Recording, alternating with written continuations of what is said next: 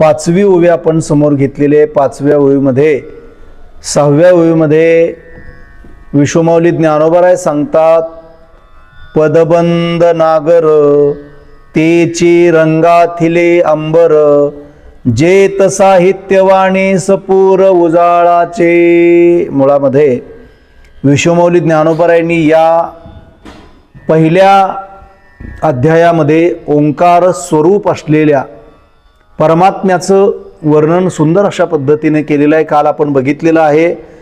पाचव्या ओवीमध्ये ज्ञानोबारायांनी लिहिलं, 18 पुराण ही या ओंकाराच्या अंगावरची रत्न जडित अलंकार आहेत आणि त्याच्यामध्ये प्रतिपादिलेली तत्व, प्रमेय शब्दाचा अर्थ तत्व असा लिहून घ्यायचा। प्रमेय शब्दाचा अर्थ तत्व, मी काल बोललो होतो तुम्हाला। प्रमेय शब्दाचा अर्थ तत्व म्हणजे वारकरी संप्रदायामध्ये जे प्रमाण ग्रंथ मानले जातात, या प्रमाण ग्रंथामध्ये जी काही प्रमेय सांगितलेली आहेत, जी काही तत्व सांगितलेली आहेत, ज्ञानोबाराय सांगतात ही तत्व हीच रत्न आणि छंदोबद्ध शब्द हीच त्याची कोंदण आहेत। आणि मग पुढे ज्ञानोबाराय सांगतात, पदबंद नागर। पद शब्दाचा अर्थ काल सांगितलाय मी तुम्हाला। पद शब्दाचा अर्थ एक तर गद्य सांगितला आणि दुसरा पद्य सांगितला। गद्य म्हणजे आपण धड्यामध्ये ज्याचं चिंतन करतो ते गद्य, हा पंकालाव। आणि पद्य, पद्य शब्दाचा अर्थ पद्य, पंक्ती, कविता, या ज्या गोष्टी आहेत, या सगळ्या गोष्टी ज्ञानोबाराय सांगतात पदबंद नागर। म्हणजे पद्यामध्ये आणि गद्यामध्ये तर काय आहे, शब्द आहेत। पद्य कशाचं आहे, शब्दांचं आहे। गद्य कशांचं आहे, शब्दाचं आहे। निखिल, ज्ञानोबाराय सांगतात उत्तम प्रकारची शब्दरचना हेच त्या गणपतीच्या अंगावरील रंगविलेले वस्त्र आहे। पदबंद नागर तेची रंगाथिले अंबर। अंबर, खरं तर अंबर शब्द काय आहे, धरती आणि अंबर, पृथ्वी आणि आकाश, अंबर।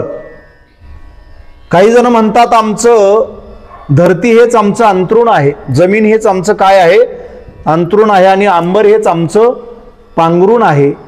ज्ञानोबाराय देवाची, परमात्म्याची व्याप्ती सांगत असताना सांगतात की उत्तम प्रकारची शब्दरचना हेच त्या गणपतीच्या अंगावरचं रंगविलेलं काय आहे, वस्त्र आहे।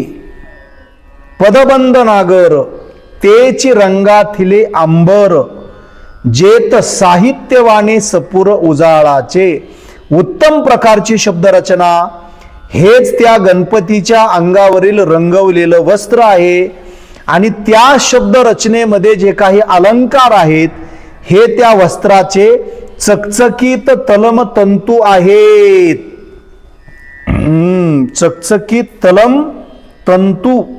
तंतू शब्दाचा अर्थ आपण आता कापड बघूया।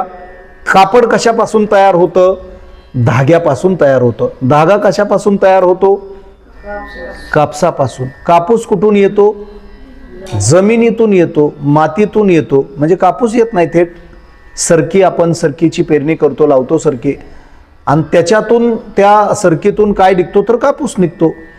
आणि ते जे काही तंतू आहेत, तलम तंतू, रेशमी तंतू, ज्ञानोबाराय म्हणतात उत्तम प्रकारची शब्दरचना हेच त्या गणपतीच्या अंगावरचं रंगविलेलं वस्त्र आहे आणि त्या शब्दरचनेमध्ये अलंकार हे त्या वस्त्राचे चकचकीत काय आहेत, तलम तंतू आहेत। जेथ साहित्यवाणी सपूर उजाळाचे।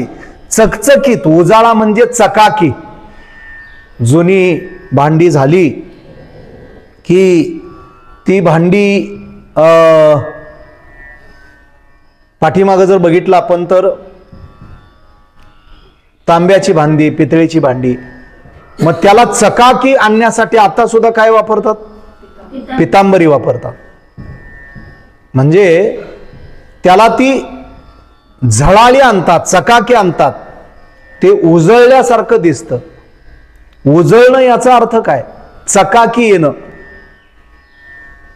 श्रीमंतांनी एक अभंग लिहिला, उजळले भाग्य आता, म्हणजे माझं भाग्य उजळलं याचा अर्थ ते काय झालं, चकाकायला सुरू झालं, उदयाला आलं। अशाही अर्थाने बघू शकतात. ज्ञानोबा लिहितात की उत्तम प्रकारची शब्दरचना हेच त्या गणपतीच्या अंगावरचं रंगवलेलं वस्त्र आहे आणि ती शब्दरचना आहे त्याच्यामध्ये जे अलंकार आहेत. आता अलंकाराचे काही प्रकारकार सांगितलेले. मुळामध्ये अलंकार हा माणसाची शोभा अलंकार आहे. कसं असते बघा, नीट ऐकलं तर तुमच्या लक्षात येईल, तुम्हाला कळेल असं सांगतो मी. काही अलंकारामुळे माणसाला शोभा आहे आणि काही माणसामुळे अलंकाराला शोभा आहे. अशा दोन्ही बाजू असतात. लक्षात येते का तुमच्या?